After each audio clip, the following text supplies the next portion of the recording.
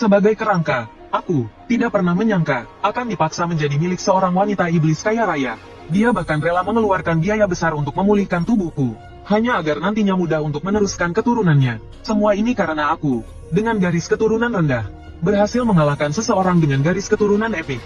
Ternyata aku adalah seorang asura neraka level max. Di dunia game bulan ilusi, bahkan petarung terkuat dari kubu manusia, bagaikan semut di mataku. Namun, saat aku mengalahkan mereka semua dan bersiap untuk keluar, sistem tiba-tiba menampilkan banyak kode error. Saat terbangun, aku tidak kembali ke dunia nyata, melainkan berada di kuburan massal, dan levelku di reset ke level 1. Saat aku sedang memikirkan apa yang terjadi, tiba-tiba terdengar tawa jahat yang memotong pikiranku. Sepertinya pemanggilannya berhasil. Melihat ada orang, aku langsung bertanya di mana tempat ini. Pemanggil Andit itu terkejut, karena aku bisa bicara. Dia tampak bingung. Mungkinkah aku memanggil kerangka penjaga langka? Karena dia tidak menjawab, aku memutuskan untuk pergi dari sana, dan mencari NPC untuk bertanya. Melihat tindakanku, dia langsung marah besar. Dia tidak terima makhluk yang dipanggilnya.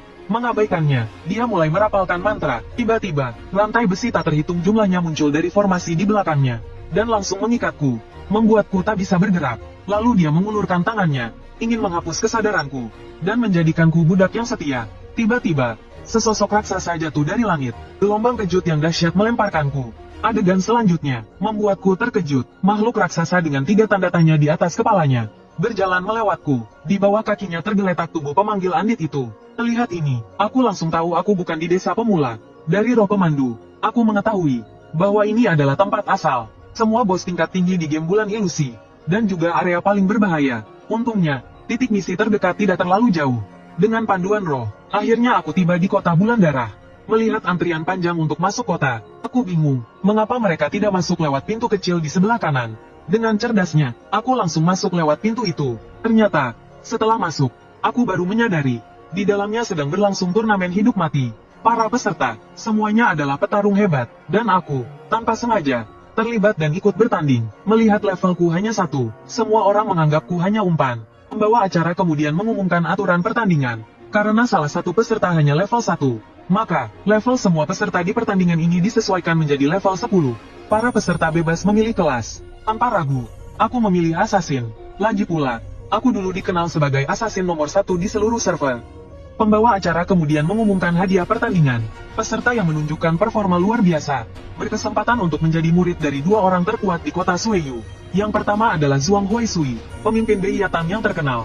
Yang kedua adalah Wu Yue, wanita tercantik di kota Sueyu. Satu-satunya muridnya adalah Han Yixiao, pemegang 10 kemenangan beruntun di Feng Yuntai. Mendengar ini, hatiku bergetar. Ternyata kakakku. Akhirnya aku menemukan petunjuk tentang kakakku. Dulu, kakakku menghilang sepenuhnya setelah memasuki game ini. Setelah mengetahui berita itu, aku dan adikku memasuki game ini. Untuk mencarinya, Wu Yue pasti tahu keberadaan kakakku. Aku harus menemukan cara untuk mendekatinya. Namun, Wu Yue yang dingin melihatku terus menatapnya, dan dia merasa ingin membunuhku di depan umum. Pembawa acara kemudian mengumumkan dimulainya perang Feng Yun. Pertandingan pertama adalah antara unggulan Sue Zhao dari klan Suehu, dengan bakat garis keturunannya yang superior. Dia mengalahkan lawannya hanya dengan 1 serangan biasa. Penyihir pedang besar, Bei Lei, di pertandingan kedua juga tidak kalah kuat. Hanya dengan 1 tebasan, dia membelah lawannya menjadi 2. Iblis berpedang ganda, GR, di pertandingan ketiga, juga dengan mudah memenangkan pertandingan. Yang mengejutkan semua orang, pemenang pertandingan keempat adalah aku, Skeleton yang dianggap remeh. Selanjutnya adalah semifinal ronde kedua. Lawanku adalah iblis berpedang ganda, GR. Begitu dia naik ke atas panggung, dia langsung menyuruhku untuk menyerah. Sampah sepertimu tidak pantas untuk kulawan. Karena aku sedang memikirkan cara untuk menaklukkan Wu Yue, aku tidak memperhatikan ocehannya. Melihat aku tidak berniat menyerah, sudut bibirnya terangkat. Kau telah kehilangan satu-satunya kesempatan untuk hidup. Tapi jangan khawatir, aku akan membuatmu mati dengan cepat. Dia kemudian menggunakan cross slash dan melesat ke arahku, menebaskanku dengan pedangnya. Namun, aku dengan mudah menghindarinya. GR mengira aku hanya beruntung. Dia kemudian mengumpulkan kekuatan di kedua tangannya. Detik berikutnya, 2 tebasan energi pedang yang mengerikan melesat ke arahku. Namun, aku kembali menghindarinya dengan mudah. Melihat ini, pembawa acara terkejut. Bagaimana peserta remeh ini bisa melakukannya? Dia berhasil menghindari serangan cepat GR berturut-turut. Itu karena aku sudah melihat kelemahan lawanku. Berdasarkan panjang lengan dan senjatanya, aku bisa memperkirakan jangkauan serangannya dengan tepat. Selama aku menjaga jarak 2,5 meter darinya, aku akan aman, dan dia akan terdiam sesaat setelah menggunakan skill. Aku hanya perlu memanfaatkan momen itu untuk menyerang balik dan menang. Saat ini, GR dipertanyakan oleh penonton. Jangan bilang dia main mata dengan kita. Kan, kenapa dia bahkan tidak bisa mengalahkan skeleton kecil? Mendengar ini, GR langsung murka. Dia ingin sekali mencabik-cabikku. Tiba-tiba dia melompat, melancarkan tebasan kilat ke arahku. Namun, tindakannya persis seperti yang kuharapkan. Aku memanfaatkan kesempatan ini dan menggunakan keahlian komet menyerang. Dengan begitu, iblis berpedang ganda, GR, pun tumbang. Melihat kejadian ini, pembawa acara terlalu terkejut untuk berbicara, dan sorak-sorai riuh pun terdengar dari penonton. Aku tidak mendapatkan pengakuan dari dua orang kuat kota bulan darah. Mereka hanya berpikir aku sedikit lebih pintar. Lagi pula, di mata mereka, keturunan ras tengkorak adalah yang terendah. Saat ini, di sisi lain arena, pertarungan antara Cakar Darah dan Bere sedang berlangsung. Bere terlihat memegang pedang raksasa, berubah menjadi aliran air yang menerjang Cakar Darah. Namun, Cakar Darah tidak menghindar, membiarkan pedang raksasa itu menebasnya. Tepat saat Bere mengira dia akan berhasil, Cakar Darah tiba-tiba mengejek sambil tersenyum. Perbedaan garis keturunan adalah jurang yang tak bisa kau lewati. Begitu kata-katanya selesai, pedang raksasa Bere digigit oleh giginya. Pedang raksasa itu hancur seketika, oleh kekuatan gigitannya yang luar biasa. Kemudian, Cakar Darah menggunakan ledakan amarah liar ke arah Bere. Melihat Bere terbaring di tanah tak bernyawa, Cakar Darah langsung menyombongkan diri. Kukira kau punya sedikit kemampuan, ternyata kau juga sampah. Melihat kesombongannya, aku jadi tertarik padanya, dan merasa dia sedikit layak untuk dilatih. Tapi Wu Yue berpikir dia bahkan tidak pantas menjagaku. Saat ini, aku menatap Cakar Darah dan termenung. Senjata yang dibagikan secara seragam seharusnya tidak mudah rusak, kecuali atribut singa ini jauh di atas rata-rata. Saat itu, Cakar Darah mengalihkan pandangannya padaku, dan memprovokasi. Sampah rendahan, apa kau takut untuk naik ke atas panggung? Tuan besar ini belum puas bermain. Aku tahu betul jika melawannya, kemungkinanku untuk menang hampir nol. Tapi jika aku tidak memenangkan pertandingan ini, aku tidak akan bisa mendekati wanita itu, dan mendapatkan petunjuk tentang kakakku. Namun, Wu Yue juga berharap aku terus bertarung. Setelah berpikir sejenak, aku memutuskan untuk naik ke panggung dan bertarung. Melihat aku berani naik ke atas panggung, Cakar Darah tertawa terbahak-bahak. Makhluk rendahan memang bodoh. Terpancing dengan mudahnya, aku akan menggigit tulangmu satu persatu, dan menjadikannya makanan penutup untuk merayakan kemenanganku. Mendengar ini, mataku menyipit. Sepertinya kemampuan menggonggongmu juga lumayan. Setelah mengatakan itu, aku melesat ke arahnya seperti kilat. Melihat ini, Cakar Darah tetap berdiri di tempatnya tanpa menghindar, dan mengejek kecepatanku yang bahkan tidak secepat Bere. Tetapi tepat saat dia mengulurkan tangan untuk menghalangiku, aku berteleportasi ke belakangnya. Namun, gerakan secepat kilat ini masih tertangkap olehnya. Dia langsung membungkuk dan menghindari seranganku. Gagal menyerang, aku segera menjauh. Sedetik kemudian, serangan cakar miring datang. Untungnya aku berhasil menjaga jarak, dan nyaris menghindari serangan itu. Bahkan kecepatanku, keahlianku terbaik, sama sekali tidak diuntungkan. Semua atributnya mungkin jauh lebih tinggi dariku. Namun, Cakar Berdarah menyadari, ada luka di wajahnya. Dia tidak terima dilukai oleh makhluk rendahan. Jadi, tanpa ragu dia menggunakan kartu andalannya, meningkatkan kecepatan, kekuatan, dan peluang kritisnya sebesar 20% selama 15 detik. Melihat ini, Wu Yuan tanpa sadar menantikan penampilanku selanjutnya. Gerakan Cakar Berdarah memicu ledakan dahsyat. Dalam sekejap mata, dia sudah ada di depanku. Tidak sempat bereaksi, aku buru-buru menangkis dengan belatiku. Kekuatannya sangat besar hingga aku terlempar ratusan meter. Namun, begitu aku menstabilkan diri, keahliannya, Cakar Ledakan Gila, sudah dekat. Melihat situasi ini, aku benar-benar meledak, mengungkapkan kekuatan tersembunyiku. Saat keahlian itu diaktifkan, kamuflaseku berubah menjadi bayangan samar. Sedetik kemudian, aku muncul di belakang Cakar Berdarah. Aku menunggu momen ini. Kukira, kau tidak bisa berbalik saat menggunakan keahlian ini, kan? Tapi Cakar Berdarah tertawa. Rencanamu bagus, tapi sayang, tidak mempan padaku. Dia lalu meraung keras. Hentikan waktu. Sebuah kekuatan membuatku membeku di tempat. Adegan ini membuat pembawa acara tercengang. Muncul keahlian khusus klan Cakar Berdarah. Auman Singa Darah Murka, bisa melumpuhkan lawan dalam radius 5 meter. Selama 2,5 detik, bahkan Zuang Huaisui pun memujinya. Namun, Wu Yuan tampak kecewa padaku. Apa hanya ini kemampuanmu? Serangan Cakar Berdarah pun mendarat. Serangan itu langsung membuatku kehilangan lengan kanan. Dan saat aku menjauh, tulang kaki kananku patah. Cakar Berdarah tertawa terbahak-bahak. Bagaimana kau ingin mati? Namun, dia tidak akan pernah tahu. Semua ini masih dalam kendaliku. Saat dia menginjak tulang kakiku, kesempatan untuk balik menyerangnya akhirnya datang. Aku melempar belatiku ke arahnya. Di saat yang sama, lengan putusku di belakangnya bergerak. Dia dengan mudah menangkis seranganku, dan menganggapku sedang sekarat. Dia sama sekali tidak memperhatikan apa yang ada di belakangnya. Lalu aku mengaktifkan keahlian tusukan beruntun. Dua bayangan menyerangnya dari depan dan belakang secara bersamaan. Seketika, sebuah belati menembus tubuhnya dari belakang. Sedetik kemudian, dia jatuh tersungkur. Semua penonton di tribun terdiam. Bahkan Wu Yuan dan Zhuang Huaisui pun terkejut. Saat ini, Akar berdarah memohon bantuan kepada orang-orang di luar arena. Namun, saat aku mengangkat tanganku untuk menghabisinya, Zhuang Huaisui di atas panggung tiba-tiba mendengus dingin. Dalam sekejap mata, Kung Fu berdiri di depan Cakar berdarah. Dia perlahan mengangkat tangan kanannya, lalu menggenggamnya pelan. Tiba-tiba tubuhku dihancurkan oleh kekuatan yang mengerikan. Dalam sekejap, yang tersisa hanyalah tengkorakku. Tiba-tiba, sebuah tangan yang lembut menghentikan kekuatan yang menghancurkanku. Wu Yue menggenggam tubuhku yang hancur di tangannya. Pada saat yang sama, energi gelap berkumpul di ujung jarinya. Ini adalah salah satu jurus andalannya, jari langit biru.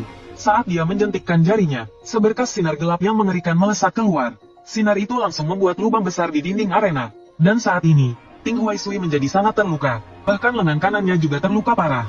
Setelah melakukan semua ini, Wu Yue segera mulai membangun kembali tubuhku, dan dengan tegas menyatakan bahwa aku sekarang adalah milik pribadinya. Tubuhku dengan cepat dibangun kembali. Namun, aku menatap tubuhku dengan tak percaya. Aku menyadari tubuhku yang baru jauh lebih kuat dari sebelumnya. Ujung jari Wu Yue mulai mengumpulkan energi gelap lagi.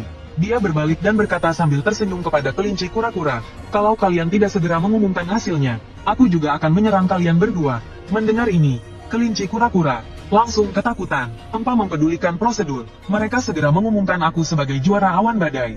Salah satu hadiahnya, 5000 EXP, langsung menaikkan levelku ke 15.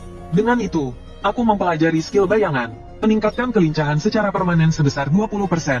Hadiah lainnya adalah belati epic level 15. Setelah diikat, atribut khususnya ternyata adalah atribut penghisap darah yang langka. Melihat ini, kelinci kura-kura tampak iri. Saat itu, Wu Yue mengingatkan mereka untuk segera memulai festival awan badai.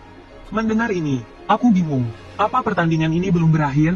Kelinci si pembawa acara langsung menjelaskan. Awan badai dibagi menjadi dua bagian.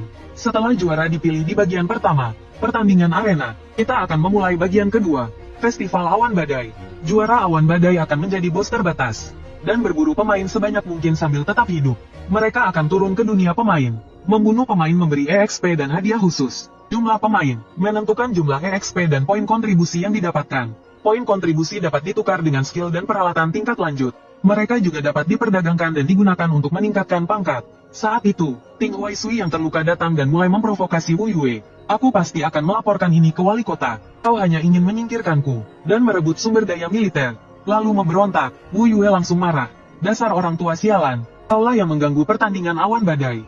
Dan kau berani memfitnahku, percaya atau tidak. Lain kali kau pergi berperang, aku akan memutus pasukanmu dan persediaan makananmu." Melihat mereka akan berkelahi, aku dan kelinci kura-kura segera pergi untuk mempersiapkan acara pertandingan berikutnya. Lagi pula, jika mereka benar-benar bertarung, setengah kota mungkin akan menderita. Namun, saat itu, tatapan tajam Wu Yue menyapu ke arahku. "Jangan mempermalukanku, jangan kembali sampai kau membunuh 1000 orang." Mendengar itu, aku segera berlari ke portal. Kedatangan berhasil. Nama kode misi ini, Blood Walker. Kemudian aku muncul di dunia pemain, dan memicu misi pencapaian acak. Catatan, kata-kata Isen Yuan Cheng Wuyu telah menciptakan misi, untuk membunuh 1000 pemain. Misi ini akan terus ada, bunuh 1000 pemain. Tiba-tiba, pengumuman permainan memberitahu semua pemain tentang kedatangan bos terbatas waktu. "Silakan pergi dan bunuh dia." Beberapa pemain di dekatnya baru saja menerima berita ini. Ketika mereka menemukanku, saat itu, gelang di pergelangan tanganku diaktifkan. Kualitas perlengkapan saat ini, normal. Kualitas akan meningkat setiap 10 level. Anda memperoleh skill Hunter's Wind, memberikan 4 tebasan cepat pada target, masing-masing dengan kerusakan fisik 110%, 120%, 130%, dan 150%. Jika target menerima total kerusakan fisik 510%, tebasan akan dipertahankan. Jika target terkena skill ini, tebasan akan dipertahankan dan secara otomatis menyerang target musuh acak dalam jarak 10 meter. Serangan akan berlanjut pada target acak. Serangan akan berlanjut ke target musuh acak. Untuk setiap musuh yang dibunuh oleh skill ini, pasif skill dapat menambahkan tebasan tambahan dengan kerusakan 150%. Setelah membaca deskripsi skill, aku langsung punya ide. Selama aku menurunkan HP banyak musuh, lalu menggunakan skill ini, dengan kerusakan yang menumpuk, ini akan menjadi skill AW tingkat dewa. Tiba-tiba, beberapa pemain menyerangku bersamaan. Jadi, aku mulai menguji ideku pada mereka. Pertama, aku menyerang mereka dengan serangan normal, lalu menggunakan skill Hunter's Wind. Keempat pemain itu langsung terbunuh oleh skillku. Pada saat yang sama, aku mendapatkan 400 EXP dan 4 poin kontribusi. Selanjutnya, sejumlah besar pemain datang satu demi satu, tanpa kecuali. Mereka semua mati di tanganku. Hanya dalam waktu setengah jam, jumlah pemain yang kubunuh mencapai 314. Peralatan yang jatuh berserakan di seluruh area. Sayangnya, aku tidak bisa mengambil peralatan yang dijatuhkan pemain. Jadi aku mengirim koordinat ini ke adikku yang ketiga. Ketika dia sampai di sini dan melihat pemandangan di depannya, dia langsung tercengang. Sementara itu, di suatu tempat di hutan, seorang gadis berhasil membunuh bos epic level 15 sendirian. Ini tidak hanya menaikkan levelnya ke 18, tetapi juga memberinya gelang epic level 15. Hati yang teguh, saat diserang oleh skill control, atribut tambahan akan meningkatkan semua atribut pemain sebesar 10 poin. Ada peluang 20% untuk meningkatkan resistensi sebesar 20 poin. Aku, yang bersembunyi di kegelapan, terkejut melihat ini.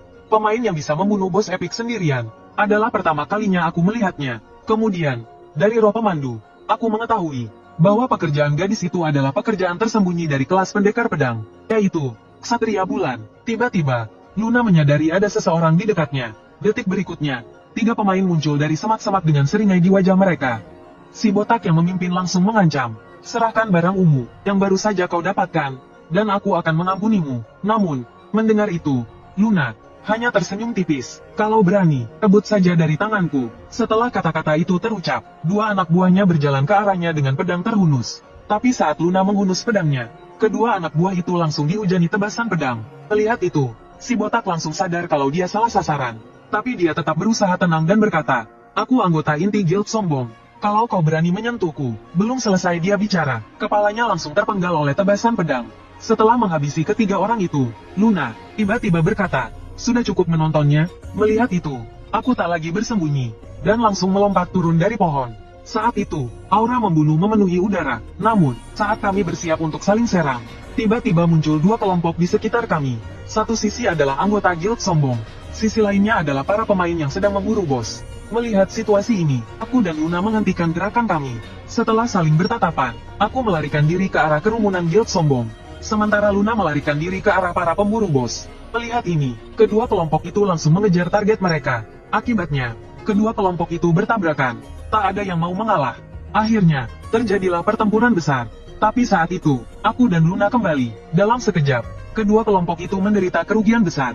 Dan untuk membalas, mereka mulai menyerang tanpa pandang bulu. Dalam sekejap, semua orang hanya memiliki sedikit HP tersisa. Melihat ini, aku langsung menggunakan skill angin pemburu musuh. Seketika, teriakan kesakitan terus bergema di hutan. Dalam sekejap mata, jumlah killku mencapai 999. Selanjutnya adalah pertarungan terakhirku dengan Luna. Detik berikutnya, kami berdua melesat ke arah satu sama lain.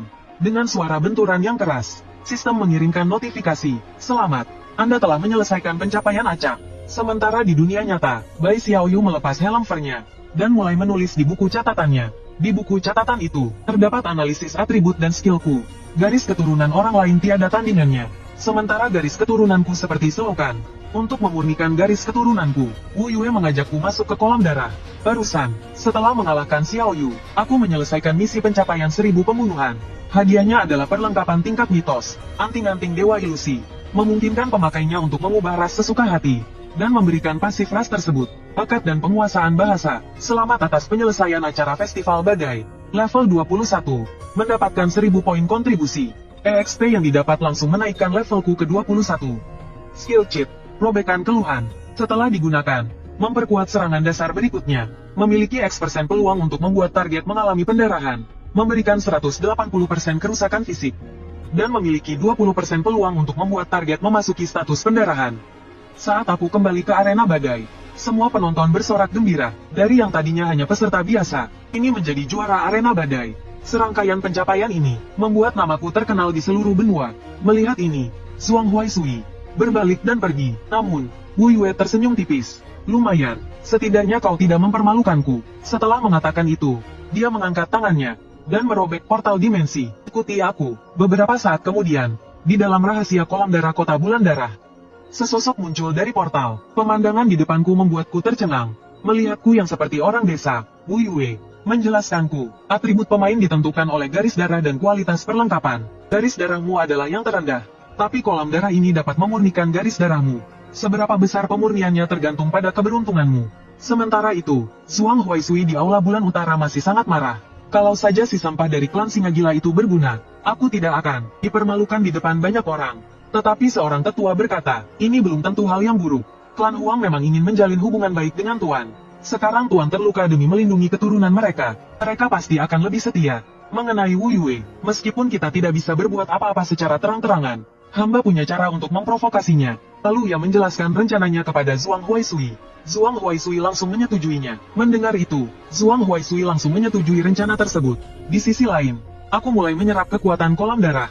Kecepatan penyerapanku membuat Wu Yue terkesan. Tapi tiba-tiba, pengawal kota datang. Mereka mengatakan bahwa Tuan Kota memerintahkan Wu Yue untuk segera datang ke kota. Wu Yue ingin menunda beberapa hari. Tetapi kapten pengawal menunjukkan titah darah Tuan Kota. Membangkang perintah berarti mati. Melihat titah itu, Wu Yue akhirnya menyerah. Sebelum pergi, dia berpesan agar aku berhati-hati. Kecepatanku menyerap kolam darah semakin meningkat. Pusaran energi terbentuk di atasku. Sebuah bola cahaya keemasan perlahan terbentuk. Seiring waktu, energi ini mulai menyelimutiku. Pada saat yang sama, beberapa sosok muncul di puncak gunung. Sedetik sebelumnya, aku hanyalah kerangka kecil yang compang camping. Sedetik kemudian, aku berevolusi menjadi pria yang bahkan 3 kali lebih hebat dari Kun Ye. Melihat kejadian ini, wajah Wu Yue langsung memerah. Dia bilang akan mengabulkan satu permintaanku. Ternyata barusan, Zhuang Huaisui, demi memulihkan reputasinya yang tercoreng di arena Feng Yun, berpura-pura atas perintah Tuan Kota untuk mengusir Wu Yue. Di saat yang sama, dia mengirim pasukan bayangan terbaik dari Beiyatang. Namun, Sui Yu sudah mengetahui rencana licik mereka, tapi dia tidak menghentikan upaya pembunuhan itu. Dia hanya mencari tempat terbaik untuk menonton, dan duduk. Melihat ini, Kapten Jingwei segera bertanya apa maksudnya. Namun, Wu Yue dengan tenang menjawab, jangan terburu-buru. Pertunjukan akan segera dimulai. Sementara itu, seorang pembunuh menebas bola energi di atas kolam darah dengan pedangnya. Saat bola energi meledak, terbentuk pusaran energi. Kemudian, sesosok perlahan muncul dari pusaran tersebut. Melihat ini, si pembunuh tercengang. Aku jelas-jelas sudah mengenainya. Kenapa dia tidak terluka? Nanti ku jelaskan. Sekarang habisi dia dulu. Sambil berkata begitu, mereka berubah menjadi bayangan dan menyerangku. Saat ini, darahku telah berevolusi sepenuhnya. Rambut putih pendek dan tanduk yang unik membuatku terlihat sangat keren. Melihat ini, keduanya terkejut. Mereka hendak memperingatkan yang lain. Tapi sedetik kemudian, mereka sendiri terbunuh. Kapten pasukan bayangan tercengang melihat ini. Dalam laporan, dia hanya bocah level 15. Kenapa dia terlihat begitu berbahaya? Dia lalu memberi isyarat agar semua orang menyerang bersama. Melihat itu, aku hanya mengepalkan tinjuku. Gerakan para pembunuh langsung berhenti. Lubang besar muncul di dada mereka. Melihat ini, Kapten pasukan bayangan menjadi marah. Dia mengeluarkan semua kemampuan andalannya. Namun, semua serangannya dengan mudah kutakis. Saat dia hendak menyerangku lagi, aku tiba-tiba tertawa mengejek. Melihat ini, Kapten pasukan bayangan langsung merasakan aura kematian. Tanpa ragu, dia mundur. Namun, aku tetap berhasil melukai kakinya. Kekuatanku jauh melampaui dugaannya. Terpikir olehnya bahwa pasukan bayangannya adalah kebanggaan Zhuang Huaisui dan kekuatan tempur terkuat Beiyatang. Lalu dia berteriak, saudara-saudara, demi misi, korbankan diri kalian. Sedetik kemudian, mereka menusukkan senjata mereka ke tubuh mereka sendiri. Bersamaan dengan itu, kekuatan pengorbanan mereka menyatu ke dalam tubuh Kapten pasukan bayangan. Melihat ini, aku dengan tenang mengaktifkan Anting Huansen. Tubuhku mulai berubah menjadi bentuk kerangka. Saat itu, serangan Kapten pasukan bayangan sudah sangat dekat. Namun, dalam bentuk kerangka, aku dengan mudah menghindari serangan fatal itu. Lalu, memanfaatkan celah dalam serangannya, aku menebasnya secara horizontal. Dengan ini, seluruh pasukan bayangan tumbang. Saat itu, sepasang tangan giok bertepuk tangan di sampingku. Sepertinya garis darahmu telah meningkat secara signifikan. Para pembunuh ini semua adalah bawahan Zhuang Huaisui. Sekarang kau telah menyelesaikan ujianku. Dan orang-orang yang menyuruhku pergi sudah kuurus. Tiba-tiba, Wu Yue melihat sesuatu yang menarik padaku. Wajahnya langsung memerah. Aku baru menyadari bahwa aku bertarung telanjang bulat. Aku segera menutupi tubuhku dengan tangan. Wu Yue berkata dengan menggoda, kabulkan satu permintaanku. Dia bilang apapun akan dia lakukan. Tapi aku hanya ingin tahu kabar seseorang. Wu Yue tampak sedikit kecewa mendengarnya. Tapi dia tetap memberitahuku, Han Yixiao sudah tiada. Meskipun dia sangat kuat, dia hanya punya satu murid. Sekarang, Sang menyukai kerangka kecilku yang compang camping ini. Sebagai hadiah karena aku berhasil mengembangkan garis keturunan tingkat tinggi, dia berjanji akan mengabulkan satu permintaanku. Tapi, aku hanya ingin tahu kabar kakakku, Han Yixiao. Mendengar ini, Wu Yue tampak sedikit kecewa. Dia sudah tiada. Kata-kata itu terucap. Udara di sekitar seolah membeku. Setelah beberapa saat, aku bertanya apa yang terjadi. Tapi dia tidak menjawab, malah terlihat tidak sabar. Ini pertanyaan keduamu. Aku berbalik dengan sedih. Hendak pergi. Melihat itu, Wu Yue buru-buru berkata. Akan ku jawab. Tapi kau harus menjawab pertanyaanku dulu. Sejak mendengar nama Han Yixiao di Feng Yuntai, kau terus memperhatikanku. Apa kau berjuang mati-matian untuk menang? Hanya untuk mencari tahu tentang muridku? Kau benar. Dia kakakku, bukan kakak kandung, tapi lebih dari saudara. Sejak kecil, dia selalu menjaga aku dan adikku. Tapi sejak dia masuk game ini, dia menghilang dari dunia nyata. Aku masuk game ini untuk mencarinya, bagaimanapun caranya. Wu Yue terdiam sejenak. Dia teringat, muridnya pernah meminta 2 set perlengkapan. Katanya untuk kedua adiknya di rumah. Memikirkan itu, hatinya yang dingin terasa hangat. Dia pun menceritakan tentang Han Yixiao. Setelah mengalahkan Raja Ksatria, dan menciptakan legenda di Feng Yuntai, dia masuk ke festival Feng Yun seperti biasa. Tapi kali itu, dia tidak pernah kembali. Tidak ada yang percaya itu benar. Setelah mencari kemana-mana, aku baru tahu, tempat terakhir dia terlihat adalah Wujian Lianyu. Mendengar itu, aku bertanya penuh semangat apakah dia bisa membawaku ke sana. Wu Yue menghela nafas. Aku tidak bisa mengirim ke sana. Dunia itu terisolasi oleh kekuatan misterius. Bahkan Wu Yue dengan kekuatannya saja tidak bisa masuk secara paksa. Aku langsung curiga dengan Wen Yan. Tempat itu mungkin peta khusus di dalam game. Jadi aku memanggil Cece untuk mencari informasi tentang penjara tanpa akhir. Hasilnya, semua pencarian gagal.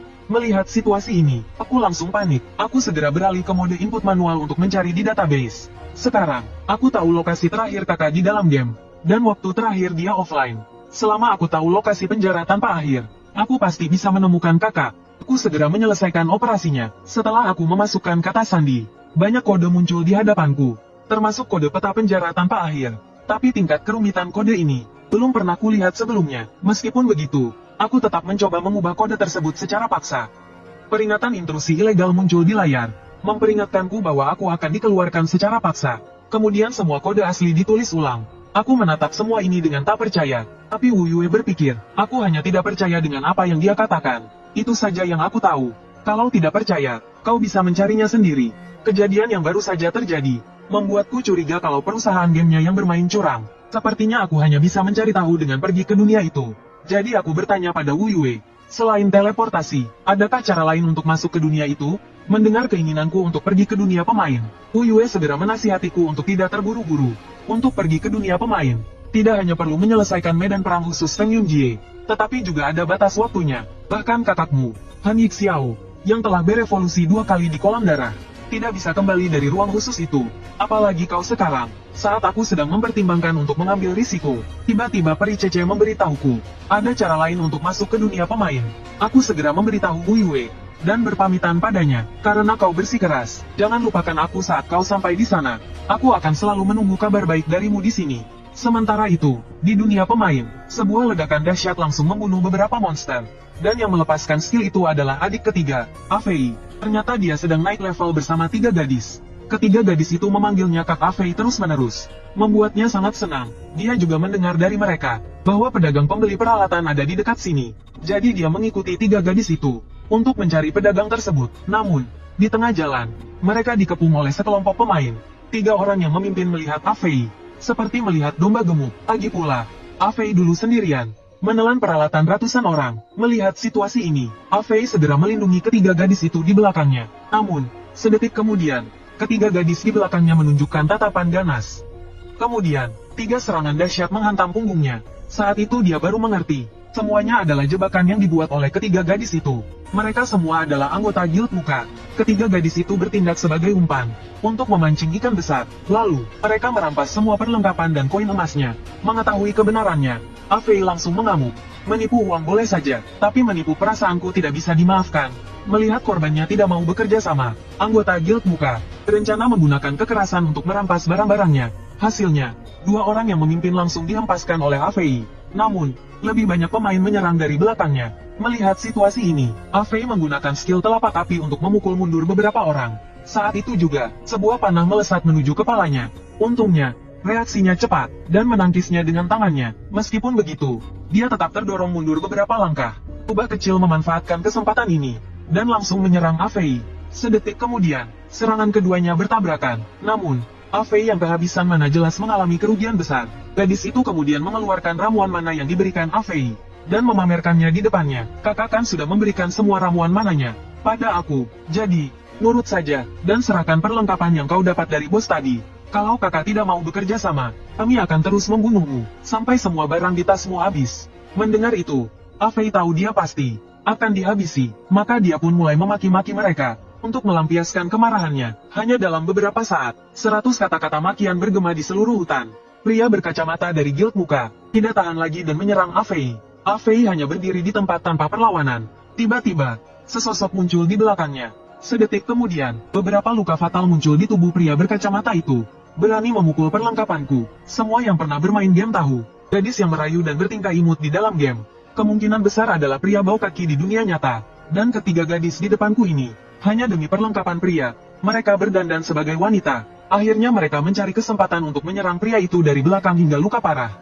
Ternyata mereka adalah 3 bersaudara dari Guild Tipu-Tipu. Namun, saat mereka bersiap menghabisi pria itu dan merampas perlengkapannya, aku turun tangan dan membuat pria itu kaget. Saat pria itu melihat ideku, dia langsung memeluk kakiku dan menangis terseduh-seduh. Kakak kedua, kau harus membelaku.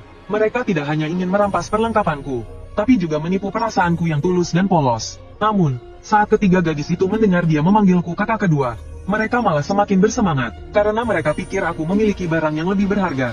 Lalu mereka memberi isyarat kepada rekan-rekan mereka untuk menyerang. 2,5 detik berlalu, dan tak satu pun anggota guild terlihat. Saat menoleh ke belakang, mereka melihat semua orang telah tewas dan offline. Melihat pemandangan itu, ketiganya langsung terpaku. Sebuah suara dari belakang membuat mereka merinding ketakutan. Ku dengar kalian mau melawan guruku, kenapa sekarang malah mematung ketakutan?